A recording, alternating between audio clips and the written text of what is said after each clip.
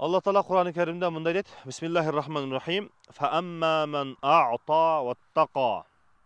Kimde kim sadaka kılıp, жақшылық kılıp, Allah Taala'dan takvalık kılgan bolsa deydi. Natijası ne olur? Fasanuyassiruhu lil yusra. Urmatlı bir tuğan, жашооңузда, үй бүлөңүздө кыйынчылык, оору, кандайдыр бир мүшкүл болуп жатабы? Алла Таалам Кур'ан-ы Керимде айткандай, берешендик кыл. Бул берешендик бир эле акча менен эмес, балким бир адамдын көңүлүн көтөр. Балким бир адамга жардамдаш, балким жүрөгү ооруп жаткан адамга жардам бер, бирөөнүн карызын төлө, бирөөгө көтөрүшүп кой, бирөөнүн көңүлүн ач, бирөөгө жакшы сөз сүйлө, бирөөгө жылмайып кой.